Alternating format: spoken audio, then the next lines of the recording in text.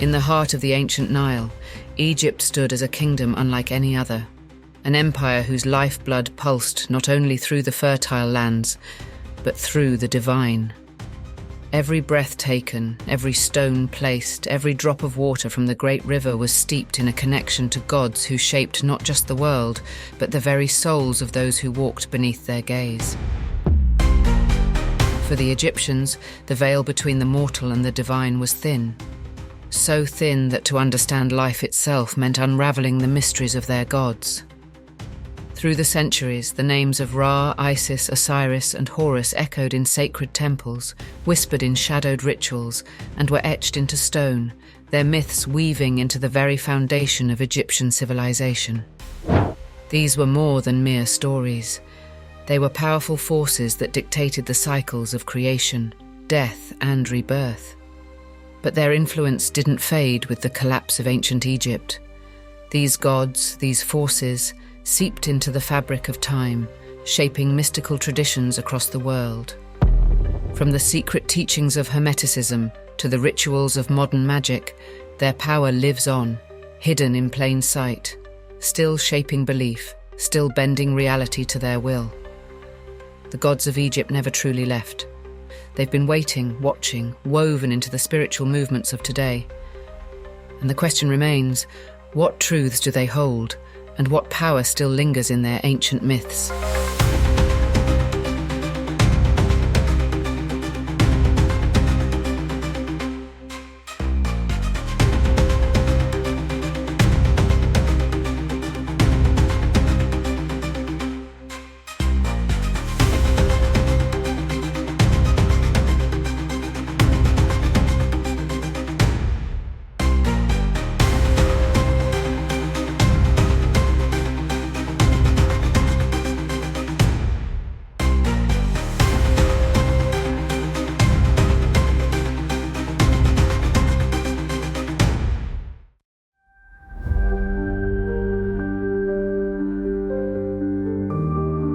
Beneath the relentless sun of Egypt, gods and goddesses ruled over not just the heavens, but every facet of life and death. These weren't distant deities observing from afar. They were powerful, present forces intertwined with the mortal world. Ra, the radiant sun god, ruled supreme, pulling the sun across the sky on his great solar bark. Each dawn was a victory over chaos, as Ra battled the serpent Apep deep in the underworld, ensuring the light would return day after day. He wasn't just a sun god, he was the lifeblood of creation, the force that drove everything forward. Yet for all of Ra's power, there were darker tales. Osiris, lord of the dead, ruled over the afterlife, embodying death's inevitability, but also the promise of resurrection. Betrayed and murdered by his brother Set, Osiris was dismembered, only to be pieced back together by his devoted wife, Isis. Osiris's story is one of cosmic betrayal and divine resurrection, setting the tone for the ancient Egyptians' belief in life beyond death. His green-skinned form was a symbol of fertility and rebirth, a beacon of hope to the dead who sought passage to his kingdom. Isis, the great enchantress, was the master of magic and healing. It was her sorcery that restored Osiris, and her cunning that protected their son, Horus, from Set's relentless fury. Isis was more than a goddess of motherhood. She was a force of divine protection, her powers reaching beyond the grave, worshipped in secret rites that echoed long after Egypt's fall. Then there was Horus, the falcon-headed god, born to avenge his father. His eye, the eye of Horus, became a symbol of protection, but it wasn't just an icon. It was a weapon, a remnant of his battles with Set, who sought to claim the throne of Egypt for himself. Horus's victory over Set secured not only his father's legacy, but the concept of divine kingship itself, binding the pharaohs of Egypt to the gods. Set, on the other hand, was the embodiment of chaos and violence, a god who thrived in the desert's harshness. He was not inherently evil, but a necessary counterbalance to the forces of order. In Egypt's volatile world, Set represented the unpredictability of life, the sudden sandstorm, the flood that destroys as much as it nourishes. He was chaos, but without him there could be no balance. Anubis, the jackal-headed guide of the dead, presided over the rites of mummification, ensuring that the dead were properly prepared for the afterlife. It was Anubis who weighed the hearts of the dead against the feather of Ma'at, goddess of truth and justice, determining whether a soul was worthy of eternal life or destined to be devoured by the monstrous Ammit. Thoth, the ibis-headed god of wisdom, writing, and magic, stood at the crossroads of science and the divine. As the scribe of the gods, he recorded the results of the weighing of the heart, but his influence went further. He was the god of the moon, medicine, and the inventor of hieroglyphs, the very symbols that conveyed the divine language of the gods. Hathor, the goddess of love, beauty, and music, was the embodiment of joy, often depicted as a cow or a woman with cow horns and a sun disk. Yet Hathor also had a darker side. Her wrathful form, Sekhmet, was a lioness who brought destruction when the gods were angered. She reminded the Egyptians that creation and destruction were two sides of the same divine coin. These gods were more than characters in stories. They were living forces, shaping the very essence of existence. The Egyptians did not merely worship these deities, they lived among them, their daily lives a reflection of the cosmic order these gods maintained. Whether in grand temples or small household shrines, these deities were called upon to intercede, to protect, and to guide. They were the intermediaries between humans and the cosmos, controlling the forces of nature and fate itself, reminding mortals of the delicate balance that sustained both the living and the dead. Through the gods, Egypt found meaning in the cycles of life and death. And while they commanded awe, their stories also spoke to deeper universal truths, forces of creation, destruction, justice, and chaos that have echoed through time, long after the temples crumbled. The gods of Egypt were immortal, not just in the myths of their ancient followers, but in the spiritual traditions and mysteries that persist to this day. In the heart of Egypt's belief system, one force reigned supreme above all others: Ma'at. She was not just a goddess, but the embodiment of the cosmic order, truth, balance, and justice. Every action in the kingdom, from the planting of crops to the decisions of the pharaoh, was guided by the principles of Ma'at. Without her, the universe would collapse into chaos, devoured by the darkness lurking at its edges. To the Egyptians, maintaining Ma'at was not just a moral imperative, it was a matter of survival. Pharaohs ruled as her living incarnations on earth, entrusted to uphold her laws. They weren't mere kings. They were divine conduits, responsible for preserving the fragile balance between order and chaos. Their power wasn't just political, it was cosmic. Each pharaoh seated upon the throne was a living god, a manifestation of Horus by day and Osiris by night, guiding the land's destiny. To defy the pharaoh was to defy the natural order itself. But what lay beyond the pharaoh's reign? Death in Egypt was not the end, it was a threshold, and guiding souls across this threshold were gods intimately tied to Ma'at's principles. None were more important in this journey than Osiris and Anubis. Osiris, once a living god and ruler of the underworld, presided over the afterlife, where the dead sought his judgment. His reign was one of resurrection and eternal life, but entry into his kingdom was not guaranteed. For the soul to pass into eternity, it had to first prove itself worthy. And it was Anubis, the jackal-headed god of the dead, who would lead them through the most critical test, the weighing of the heart. The dead arrived in the Hall of Two Truths, where their hearts, heavy with a lifetime of deeds, were weighed against the feather of Ma'at. Anubis, with his cool gaze, stood watch over the scales, ensuring no trickery could tip the balance. It was here that the truth was laid bare, as the feather symbolized the purity of Ma'at, light, truthful, and free of corruption. If the heart was heavy, weighed down by lies or misdeeds, the consequences were swift. The monster Ammit, a terrifying amalgamation of lion, crocodile, and hippo, awaited those whose hearts betrayed them. To fail this test was to be devoured, erased from existence, denied even the possibility of an afterlife. Yet if the scales balanced, if the heart was light and free, the soul would pass into Osiris's domain, joining him in the field of reeds, an eternal paradise where the righteous lived in peace and plenty. Osiris, who himself had died and been reborn, offered the promise of renewal to all who had lived in accordance with Ma'at. This promise was not just for the elite, but for anyone whose soul had remained true. For the pharaohs, this journey carried additional weight.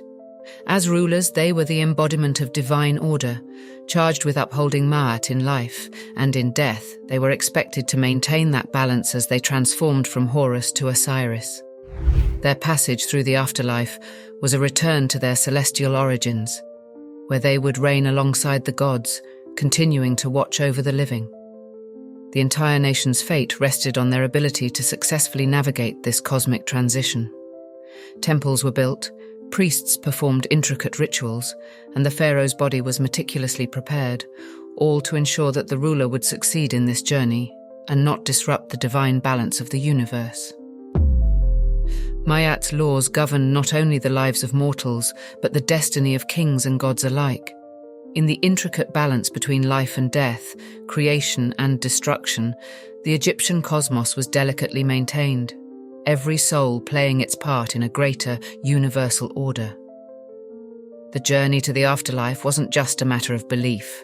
It was an obligation, a final test to prove one's place in the eternal cycle. This profound relationship between the living, the dead, and the gods made every moment sacred. Every breath taken was an invocation to the divine order.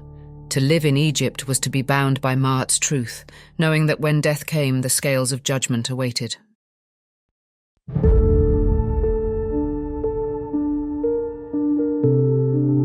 In the beginning there was nothing but the endless dark waters of Nun, the primordial chaos.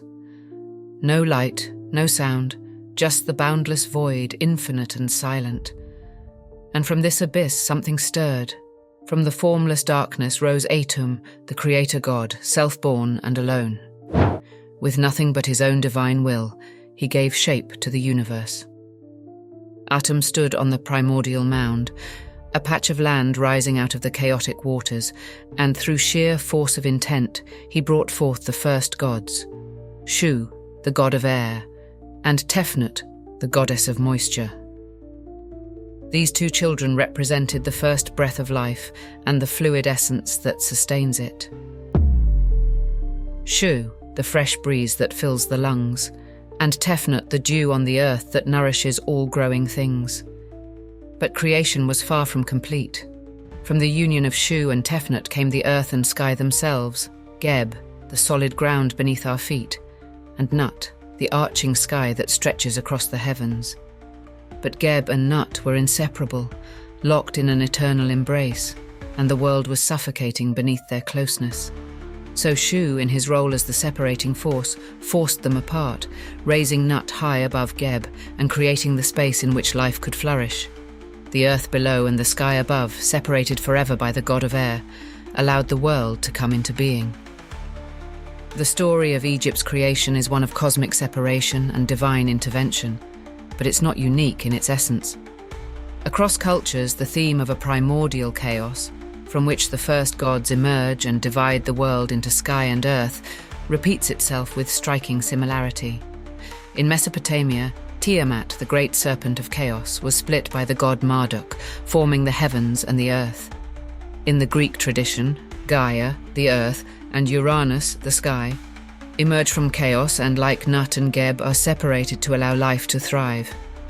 Yet, in the Egyptian myth, creation is not the result of violence or conflict. It is an act of divine will and balance.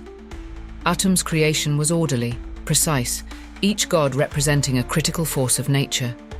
It was a cosmic blueprint, setting the stage for everything to come. The world was not born from war, but from a delicate dance of elements. The air, the moisture, the earth and the sky, each given its place in the universe. But the act of creation did not stop with Shu, Tefnut, Geb and Nut. From these primordial deities came more gods, each embodying essential aspects of existence. Nut, the sky goddess, became the mother of Osiris, Isis, Set and Nephthys, and thus the divine family of Egyptian mythology took shape. Each of these gods would play a critical role in the shaping of Egypt's cosmic order, their stories woven into the very fabric of creation itself. The Egyptian creation myth, like the waters of Nun, is deep and vast. It speaks of life emerging from the void, of balance and separation, of forces in perfect harmony.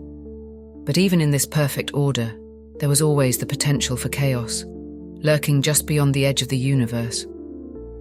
The act of creation was not the end. It was merely the beginning of a long, eternal battle to preserve the fragile balance Atum had set in motion. And so, from the breath of Shu and the moisture of Tefnut, the earth of Geb and the sky of Nut, the universe was born, fragile and precious, resting on the shoulders of divine forces. These gods were not distant or abstract. They were as real as the air we breathe, as the ground we walk on. Their story is the story of the world itself, a tale of creation that echoes across cultures, but remains uniquely, undeniably Egyptian. It was the golden age of Egypt, and Osiris ruled as its king, beloved, wise, and just. His reign was a time of prosperity where life thrived under his benevolent gaze. Osiris wasn't just a king, he was a god of life, the one who taught humankind how to farm, how to live in harmony with the land, and how to ensure that death was not the end. But peace has a way of breeding envy, and lurking in the shadows was his brother, Set, god of chaos and desert storms, whose heart simmered with resentment.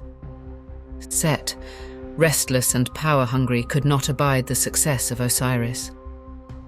The desert god, jealous of Osiris's reign and influence, plotted his brother's downfall with a malevolent brilliance. And so the plan was set in motion, one steeped in betrayal. Set invited Osiris to a grand feast, presenting a beautiful chest, perfectly crafted and adorned. He offered it as a gift, but only to the one who could fit inside it perfectly. When Osiris, trusting and unsuspecting, lay down inside, Set's trap was sprung. The lid slammed shut, and with the help of his followers, Set sealed the chest and cast it into the Nile, leaving his brother to a watery grave. But death was not enough for Set. In his lust for control, he sought to obliterate Osiris from existence. He tracked down the chest, tore open the lid, and dismembered his brother, scattering his pieces across the land, ensuring that Osiris could never be resurrected. Yet, in the dark corners of Egypt, where magic was whispered like breath on the wind, there was Isis, the devoted wife of Osiris. She was not just a queen, but a goddess of immense power, skilled in the ancient arts of healing and magic. Grief-stricken but determined, Isis, with the help of her sister Nephthys and the falcon-headed god Horus, set out on an impossible task: to find and reassemble Osiris's body. Piece by piece they gathered him, invoking ancient magic to breathe life back into his shattered form. Through her power, Osiris was reborn, but his fate was forever changed. No longer could he walk among the living. Instead, he became the ruler of the dead, the eternal king of the underworld, presiding over the souls of those who passed into the afterlife. His resurrection was not just a victory over death. It was a promise that death could be conquered, that life was cyclical, and that the end was merely a beginning. Osiris, now green-skinned, became a symbol of rebirth, of the eternal cycle of life, death, and renewal that was at the heart of Egyptian belief. But the story did not end there. Osiris and Isis had a son, Horus, born from the magical union after Osiris's death. Horus the Avenger was destined to reclaim the throne that Set had stolen. In a series of brutal battles that shook the divine realm, Horus and Set clashed for the future of Egypt. Each battle was fierce, the gods themselves taking sides in the cosmic war between order and chaos. Finally, after many trials, Horus emerged victorious, claiming his rightful place as the ruler of Egypt. His triumph was not just a personal victory, but a cosmic one. Horus's ascent to the throne restored balance to the world, with him embodying the living pharaoh, the god-king who would uphold the sacred order of Ma'at. The Osiris myth is more than a tale of gods. It is a reflection of the eternal struggle between life and death, chaos and order, justice and betrayal. In this myth, kingship is more than mere power. It is divine responsibility. Osiris represents the eternal king, the guarantor of life after death, while Horus symbolizes the living king, the protector of Maat, who brings order to the land. Set, though defeated, was never completely vanquished. He remains, lurking at the edges of the cosmos, a reminder that chaos is always present, waiting for a moment of weakness to strike again. The myth of Osiris, Isis, and Horus tells of more than just family and revenge. It is the foundation upon which Egyptian kingship and belief in the afterlife are built. Life and death are two sides of the same coin, and resurrection, while a victory, always comes with a price. By day, Ra soared across the sky, his golden light warming the earth and ensuring the world flourished under his gaze. But when the sun set, Ra's journey was far from over. Each night, the sun god descended into the Duat, the treacherous underworld where light did not shine, and an ancient primal darkness waited to devour him. This nightly voyage was not a peaceful descent into rest. It was a battle against the forces of chaos, embodied in the form of a monstrous serpent known as Apep. Apep was no mere creature. He was the living embodiment of chaos, vast, coiled and malevolent, lurking in the depths of the underworld, waiting for the moment when Ra's strength waned, waiting for darkness to swallow the light. In Egyptian mythology, the existence of Apep was a constant threat. While Ra's journey through the sky during the day was glorious, it was in the underworld where his true test began. Each night, Ra boarded his solar bark, joined by a retinue of gods and protectors, among them Seth, the god of storms and chaos, paradoxically tasked with defending the sun god from the very forces he embodied. As Ra's boat drifted through the dark rivers of the Duat, the world above held its breath.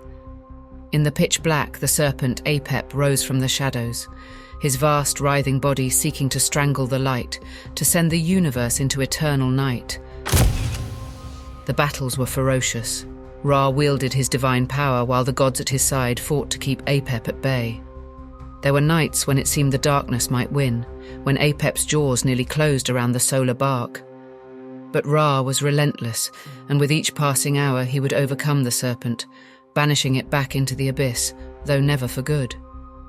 Apep could not be destroyed, only driven away, waiting to strike again.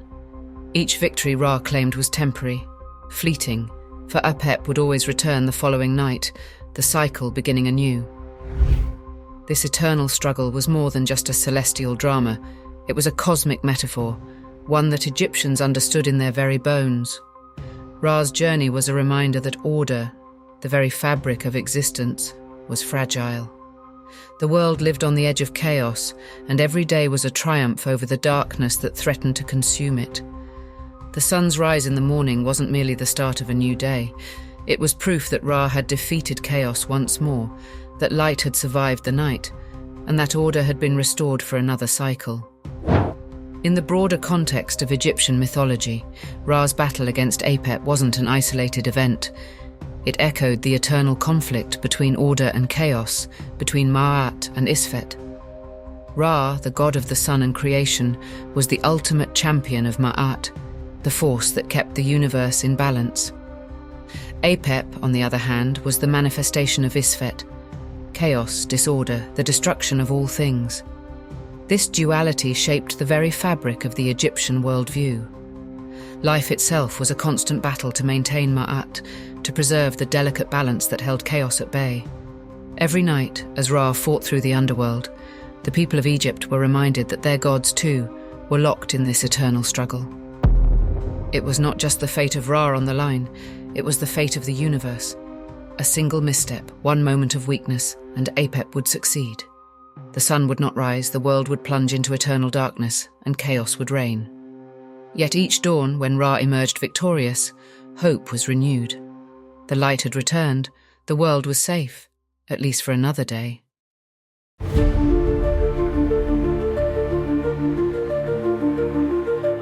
In ancient Egypt, the gods didn't simply exist in the heavens or the underworld. Their presence was woven into the very world around the Egyptians, embodied in the animals that roamed the earth, the sky, and the rivers. Each animal, each symbol, carried with it the essence of the divine. The falcon, sharp-eyed and swift, soared through the skies as a manifestation of Horus, the god of kingship and vengeance. With every beat of its wings, it carried the power of protection, its keen gaze piercing through deception, always watching over the throne of Egypt. The falcon's form was no accident. It represented the soaring, untouchable might of Horus himself, unyielding and ever vigilant. The ibis, a creature of quiet dignity, waded through the shallows of the Nile with deliberate grace. It was the earthly avatar of Thoth, the god of wisdom and writing, whose knowledge flowed like the river's currents. To the Egyptians, the ibis was more than a bird. It was a living symbol of divine intellect, a bridge between the mortal world and the sacred truths written in the stars. It was Thoth who gave humanity the gift of hieroglyphs, not just a way to communicate, but a way to connect with the very gods themselves. And then there was the jackal, whose presence struck fear and reverence in equal measure. With its sly, predatory movements, it mirrored the dual nature of Anubis, the guardian of the dead and the keeper of funerary rites. The jackal prowled the edges of the desert, where the boundary between life and death blurred. Anubis, with his jackal-headed form, was the god who ensured that those passing into the afterlife were properly protected, his connection to the jackal cementing his role as the guardian of those who walked the shadowed path to eternity. Each animal wasn't just chosen at random. Their characteristics mirrored the divine qualities of the gods themselves. The Egyptians saw the divine in the natural world, recognizing that gods revealed their power through the creatures that shared their realm. But this connection to the gods didn't stop with animals. Every element of their mythology was steeped in symbolism, a secret language understood only by those who could see beyond the surface.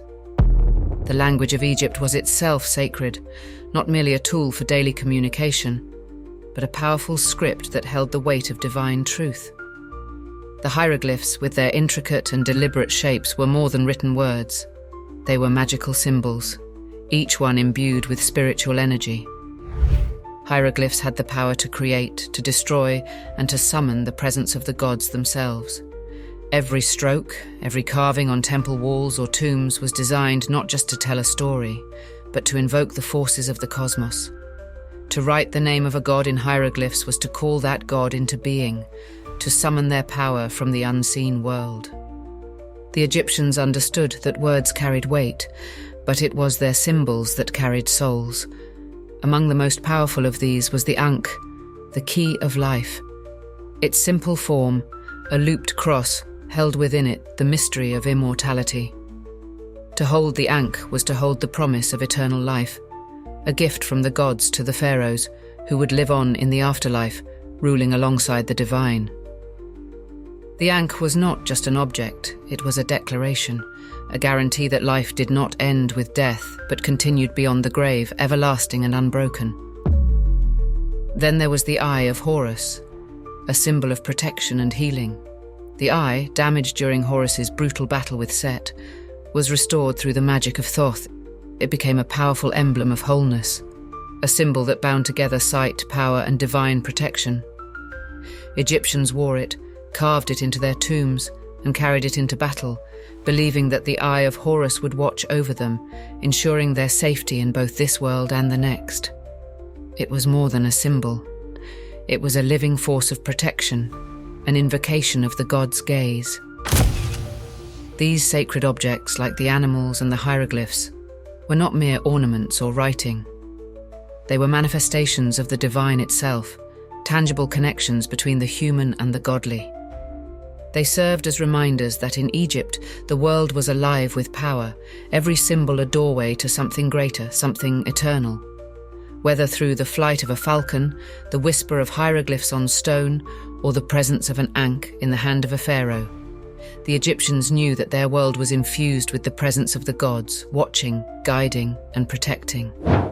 Every aspect of their culture, every sacred object, reminded them that life and death, protection and danger were always intertwined, and that the symbols they carried had the power to tip the balance, to open the gates of the afterlife, or to summon the gods themselves. In ancient Egypt, the gods were not distant, untouchable beings. They could be called upon, their power channeled, manipulated, and brought into the world through Heka, magic. But magic in Egypt was not a dark art practiced in secret shadows. It was a divine force, the very foundation of existence. It was believed that the gods themselves used Heka to create the universe, and so by wielding magic, humans could tap into the raw energy that shaped all things. Magic was everywhere, infused into the daily lives of the Egyptians. It wasn't a superstition or an afterthought. It was an essential part of survival, woven into everything from childbirth to the rituals of the dead. To the Egyptians, Heka was the force that maintained balance in the universe, the invisible current running through the world, keeping chaos at bay and ensuring the cosmos remained in perfect order. In the sacred temples, the priests were the masters of this ancient power, trained to invoke the gods and perform rituals that ensured harmony between the divine and the mortal world. They weren't merely caretakers of the temples, they were intermediaries, standing at the threshold between humanity and the gods, using magic to maintain the delicate balance of Ma'at. Within the towering stone walls of the temples, magic took many forms. Incantations were spoken over offerings, invoking the gods to bless the people with fertile lands, protection and health. Statues of gods animated with divine energy through rituals were clothed and fed daily by the priests, their magic ensuring that the deities remained satisfied and connected to the mortal world. Without these rituals, the gods' power could fade, and the land would descend into chaos. Every gesture, every word spoken within the temple was steeped in magical significance, reinforcing the invisible bond between the human and the divine. One of the most powerful uses of magic, however, was in the realm of death. The Egyptians believed that the journey into the afterlife was fraught with peril. To navigate the dangers of the underworld and reach Osiris's realm, one needed more than bravery. They needed protection, and magic was their greatest weapon. This is where the Book of the Dead came into play, a collection of spells designed to guide the deceased through the trials that awaited them beyond the grave. The Book of the Dead, known to the Egyptians as the Book of Coming Forth by Day, was not a single text, but a series of scrolls filled with powerful incantations and rituals. Each spell served a purpose, whether it was to help the soul pass the weighing of the heart, avoid the clutches of demons, or summon protective deities. The magic inscribed within these sacred texts ensured that the soul would not lose its way in the darkness of the Duat. Some of the most feared entities in the underworld, like the serpentine Apep or the devouring demon Amit, could be banished with the proper spell. Magic was the key to survival in the afterlife. If spoken correctly, the soul would be granted safe passage, blessed with the favour of Osiris and eternal life in the field of reeds. If the spells failed, the soul would be lost forever, devoured or trapped in the endless cycle of death and chaos. But magic wasn't reserved solely for priests and the afterlife. Ordinary Egyptians too believed in the protective power of magic in their daily lives. Amulets were worn to ward off evil spirits, curses and disease. Spells for fertility, protection and healing were recited by families passed down through generations. Magic in ancient Egypt was as much a practical tool as it was a spiritual one, an invisible shield between the people and the lurking dangers of the world around them. In Egypt, magic was not something that belonged only to the divine. It was a gift from the gods, meant to be used by mortals to navigate the forces of life and death.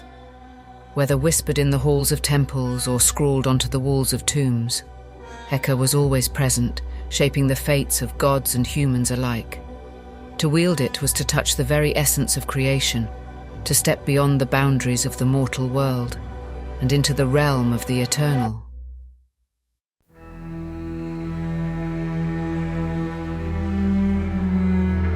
Though the gods of Egypt were deeply rooted in the ancient sands of the Nile, their influence did not end with the fall of the pharaohs. Their wisdom, particularly that of Thoth, the god of wisdom, writing and magic, echoed far beyond Egypt's borders. Thoth, with his ibis head and moonlit gaze, was more than a scribe to the gods. He was the architect of knowledge, the keeper of sacred mysteries, and the inventor of language itself. But over time, Thoth's divine identity would merge with another figure, one who would shape the spiritual and philosophical landscape of the West: Hermes Trismegistus. Hermes Trismegistus, meaning thrice great Hermes, was a fusion of Thoth and the Greek god Hermes, a figure who was both a messenger of the gods and a guide of souls. As these two deities merged, so did their wisdom. Hermes Trismegistus became the embodiment of both divine intellect and cosmic order, and his teachings, collected in what became known as the Hermetic corpus, would serve as the foundation for many mystical traditions, including alchemy, astrology, and theurgy. The Hermetic corpus was a series of texts that claimed to hold the secret knowledge of the universe, attributed to Hermes Trismegistus himself. While these texts emerged during the Greco-Roman period, they were steeped in the wisdom of ancient Egypt. They explored concepts of divine unity, the nature of the cosmos, and the soul's journey through the planes of existence. Central to Hermetic thought was the idea that the material world was but a reflection of higher spiritual realms, a mirror of the divine mind. These ideas were directly influenced by the Egyptian worldview, where the material and the spiritual were intertwined, inseparable from one another. At the heart of Hermetic philosophy was the belief in as above, so below, the idea that the microcosm reflects the macrocosm.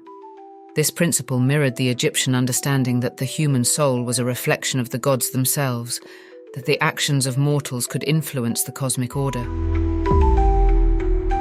In Egypt, Thoth had always been the one who maintained balance, who recorded the deeds of the gods and men, and who ensured that the divine law of Ma'at remained intact. In Hermeticism, Hermes Trismegistus played a similar role, teaching that humanity had the potential to ascend, to understand and even manipulate the forces that governed the universe. Hermeticism's alchemical texts, deeply symbolic and often cryptic, were not just about turning base metals into gold.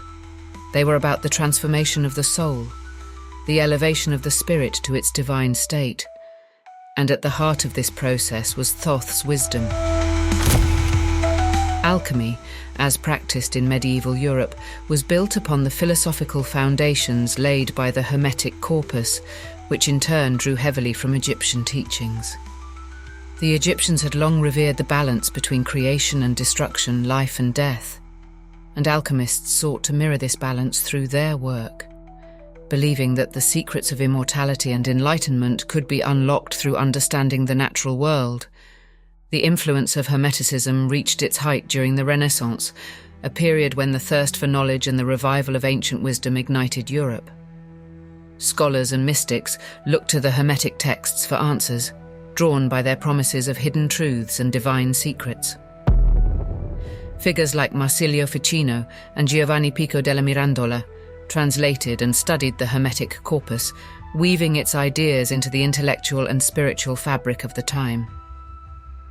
The Renaissance saw a resurgence of interest in ancient Egypt, as scholars recognized the profound impact that Egyptian thought had on the origins of Western mysticism.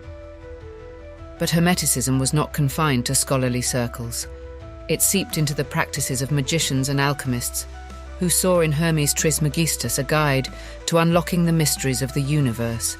The Hermetic belief that knowledge was power, that understanding the divine order of the cosmos could grant control over the material world, was a direct echo of the Egyptian belief in Heka, the magical force that permeated all things. Just as the priests of ancient Egypt had invoked the power of Thoth in their rituals, Renaissance magicians sought the guidance of Hermes in their quest for divine knowledge.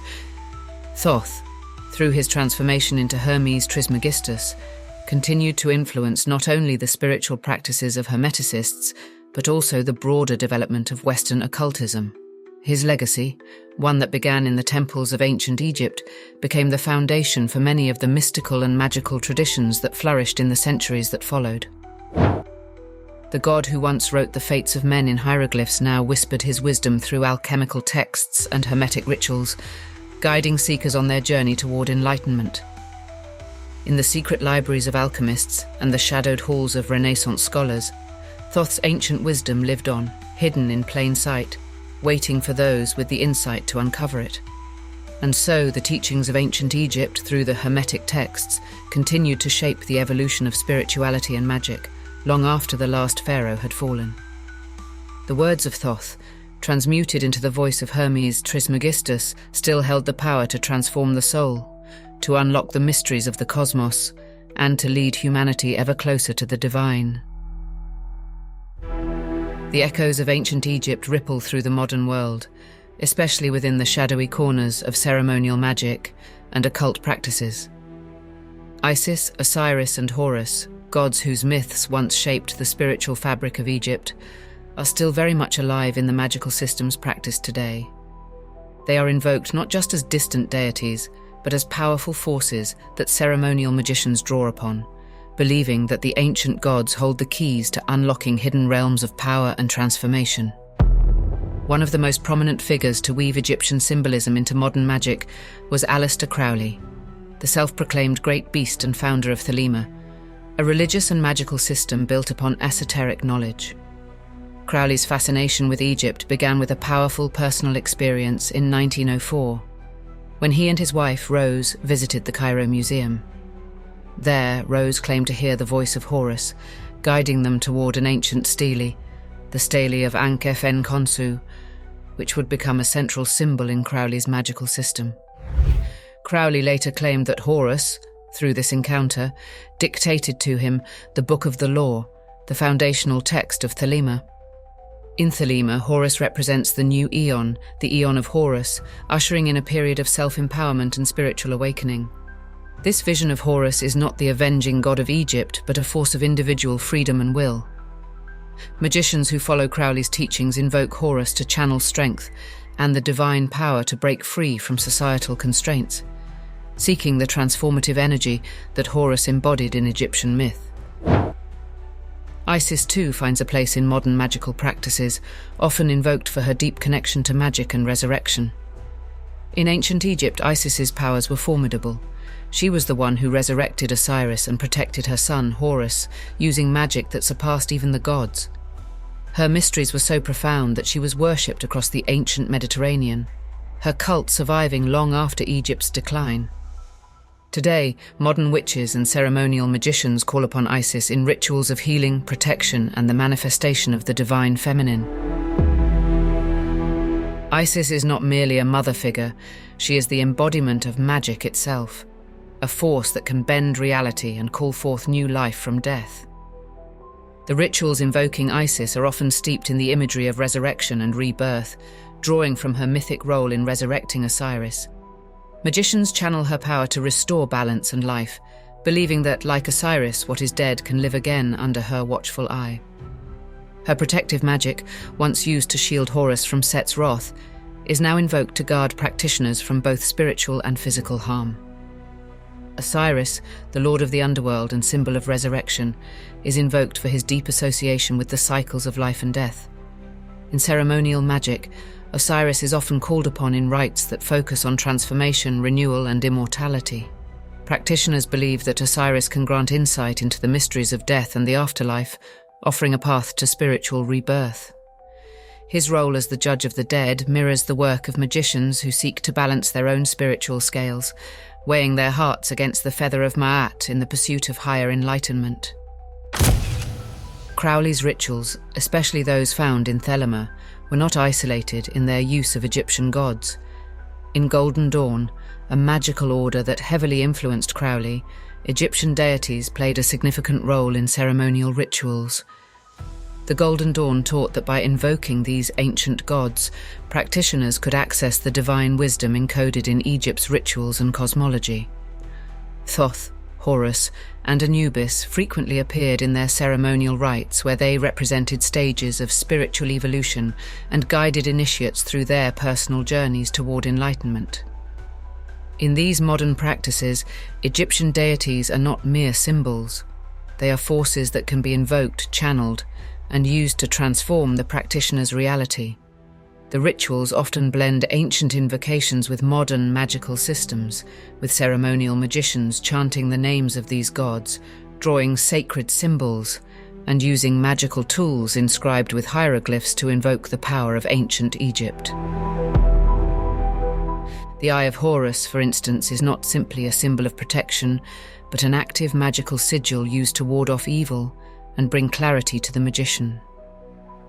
Similarly, the Ankh, once a representation of eternal life in Egyptian culture, is used in rituals to channel the life-giving energy of the gods, symbolizing immortality and the preservation of the soul. In these rites, modern magicians seek to tap into the deep reservoir of power that the Egyptian gods represent, believing that these forces, thousands of years old, still have the ability to influence the present and future. Isis, Osiris, and Horus are invoked not as distant relics of an ancient religion, but as living forces of magic and transformation, guiding practitioners through the mysteries of life, death, and the divine. Egypt's gods, once carved into the walls of temples and whispered in sacred tombs, now find themselves reborn in the hearts of modern practitioners, continuing to shape the occult and mystical traditions that still thrive today. In the modern world, where ancient echoes still resonate through the rituals and beliefs of contemporary spirituality, neo-pagans have embraced the gods of Egypt, weaving their divine stories into new practices. Egyptian deities, once worshipped in temples beneath the blazing desert sun, are invoked in the quiet corners of modern pagan rituals, their power undiminished, their wisdom sought for guidance in an increasingly complex world. For many neo-pagans, gods like Isis and Hathor have found new life, venerated not only for their ancient roles, but as symbols of empowerment and transformation. Isis, once the mother goddess who brought her husband Osiris back from death's grip, has evolved into a figure of immense power within feminist spirituality. Modern practitioners turn to her not just for her role in healing and resurrection, but for her unyielding strength, her independence, and her mastery over life and death. In a world where patriarchal structures have often dominated spiritual narratives, Isis represents the ultimate reclaiming of power. Her myth is not simply one of grief and mourning, but of triumph. Her magic so potent that it could restore Osiris to life and protect her son Horus from the chaos of Set. For many women in neo-pagan and feminist spiritual circles, Isis stands as a reminder that feminine power is not passive but active, transformative, and divine. Isis's role as a mother is also reinterpreted in contemporary spirituality. Rather than the nurturing, submissive archetype often associated with maternal figures, Isis embodies a fierce protector, a mother who defies death itself to safeguard her family. Neo-pagans who invoke her in rituals often do so with the belief that she can grant not only protection but the wisdom to overcome seemingly insurmountable obstacles. Hathor, the goddess of love, joy, and music, also plays a vital role in modern neo-pagan practice. Her softer aspects, which celebrate beauty, creativity, and fertility, are embraced by those who seek to connect with life's pleasures and passions. Hathor, with her ties to both the earthly and the divine, serves as a reminder that spirituality is not just about the soul, but the body, that joy, sensuality, and the celebration of life are divine acts in themselves. But Hathor's worship doesn't end with love and music. Neo-pagans recognize her duality, acknowledging her fierce counterpart Sekhmet, the lioness goddess of war and destruction. This duality, the balance between creation and destruction, is a common thread in neo-pagan belief, where the divine feminine is seen not as one-dimensional, but multifaceted. Hathor and Sekhmet represent both sides of the coin, love and rage, creation and destruction, and through this, they empower those who invoke them to embrace the full range of their own emotions and experiences. In feminist spiritual practices, goddesses like Isis and Hathor serve as embodiments of the divine feminine, challenging the traditionally male-dominated interpretations of power and divinity. They offer a model of empowerment that is deeply rooted in ancient stories, but which speaks profoundly to contemporary struggles for equality and autonomy. Beyond the goddess figures, Other Egyptian deities also find their place in neo-pagan practice. Thoth, the god of wisdom and writing, is often invoked in rituals seeking clarity, knowledge, and guidance. His association with the moon and his role as a mediator between gods and humans make him a bridge between the mundane and the divine, essential for those who seek to balance their spiritual lives with the material world. These gods, though ancient, remain alive in the hearts and minds of modern practitioners. Whether through the strength of Isis, the joy of Hathor, or the wisdom of Thoth, neo-pagans find in the Egyptian pantheon a spiritual system that honors both the divine and the human, the mystical and the everyday. These deities offer not only a connection to the past, but a path to personal empowerment in the present, a reminder that the gods, like the forces they represent, are eternal, and their stories continue to inspire new generations.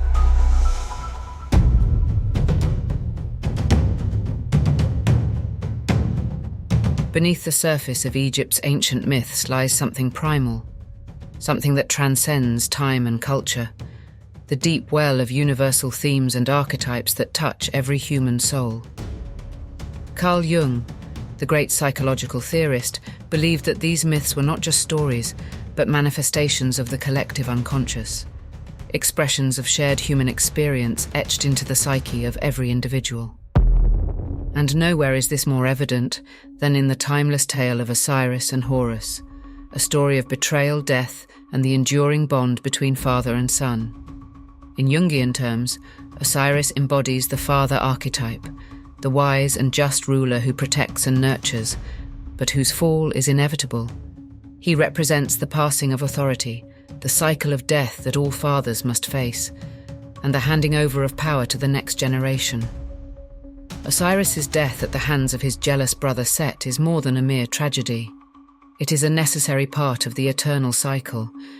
In the father archetype, there is always a sense of vulnerability, an eventual decline that makes way for the rise of the hero. Horus, the avenging son, steps into the role of the hero archetype, tasked with reclaiming what was lost and restoring balance to the cosmos. His struggle against Set is not just the story of a young god seeking vengeance for his father's death. It is the archetypal battle between good and evil, light and darkness, order and chaos. Horus must overcome incredible obstacles, much like the heroes of myths from every corner of the globe. His journey is universal, reflecting the archetypal quest for identity, power, and the restoration of justice. Jung recognized these dynamics not only in the myths of ancient Egypt, but in the myths and spiritual traditions of cultures worldwide. The relationship between Osiris and Horus, the father and the hero, is mirrored in countless stories. From Oedipus and Laius in Greek mythology to Luke Skywalker and Darth Vader in modern pop culture. The themes of death, resurrection, and the reclamation of lost power resonate deeply across human history because they reflect the essential stages of life and development, both within the individual psyche and within societies. The hero's journey, made famous by mythologist Joseph Campbell, is another key component of these universal themes. Horus's struggle against Set, culminating in his eventual victory and ascension to the throne, mirrors Campbell's outline of the hero's path, the call to adventure, the confrontation with evil, and the return to power. This cycle is not only seen in the myths of Egypt, but is a recurring theme in spiritual and religious traditions worldwide. In Christianity, Jesus Christ follows a similar journey, facing death, descending into the underworld, and rising again, victorious to offer salvation. In Buddhism, Siddhartha Gautama, the Buddha, faces his own trials under the Bodhi tree before achieving enlightenment and sharing his wisdom with the world. But these archetypes do more than inform religious stories. They are embedded in the way humans understand their own lives. The hero archetype speaks to the universal desire for transformation, for overcoming adversity, and for achieving greatness. Each individual, in their own way, walks the path of Horus, battling their own versions of Set, seeking to reclaim a lost sense of power or identity. Likewise, the father archetype represents both the guidance we seek and the inevitable loss we must face as we grow. These ancient myths offer a reflection of the human condition, one that modern psychology continues to explore. Jung's theory of the collective unconscious posits that these archetypes are not learned but inherent, passed down through generations as part of the shared psychological inheritance of humanity. The story of Osiris and Horus, therefore, isn't just an Egyptian myth. It's a piece of the human soul, a narrative that exists in all of us waiting to be understood. The resonance of these archetypes extends beyond personal psychology into the very structure of society. Kingship itself, in many cultures, is modelled on the Osiris-Horus dynamic. The old king, wise but vulnerable, must eventually give way to the younger, stronger hero. In ancient Egypt, the pharaoh was seen as the living Horus, a direct manifestation of the divine hero. But when the pharaoh died, he became Osiris, lord of the underworld, while his successor took up the mantle of Horus, continuing the eternal cycle. These archetypes, these stories of fathers, sons, and heroic struggles, continue to shape the way humanity understands itself. They are as much a part of the modern world as they were of ancient Egypt, influencing everything from religious doctrine to psychological development. They are the hidden forces behind the myths we tell ourselves, the universal truths that connect us all, from the time of the pharaohs to the present day. And in these archetypes we find not only the essence of Egyptian mythology, but the very blueprint of human experience. The ancient Egyptians saw the universe not as a fixed, immutable reality, but as a living, breathing cycle of creation, destruction, and rebirth, forces in constant motion shaping every aspect of existence. These were not abstract ideas. They were embodied in the stories of their gods. Ra's nightly journey through the underworld, the dismemberment and resurrection of Osiris, and the endless battles between Horus and Set were not just tales of divine drama, but reflections of the cosmos itself, a dance between order and chaos, birth and death. In today's world, as humanity reaches for deeper truths in science and metaphysics, those ancient myths take on a new resonance. Their symbolism speaks to the very forces that modern physics and metaphysics seek to understand: creation, destruction, and the energy that binds all things. The Egyptians' vision of the cosmos aligns in surprising ways with the mysteries explored by quantum mechanics, the invisible web of energy, the unpredictable nature of matter, and the interconnectedness of all things. At the heart of Egyptian cosmology was the idea that the universe was born out of none, the primordial waters of chaos where no form or structure existed. Out of this abyss, creation emerged, brought forth by the power of the gods. This is reflected in quantum mechanics, where the universe is understood to have emerged from a vacuum, a sea of fluctuating energy fields from which matter spontaneously appeared. Just as Atum rose from the void to give shape to the world, so too did the universe burst into existence from nothing, a singularity expanding into the infinite complexities we now observe. Creation, in both Egyptian myth and quantum theory, is not a one-time event. It is a continuous process.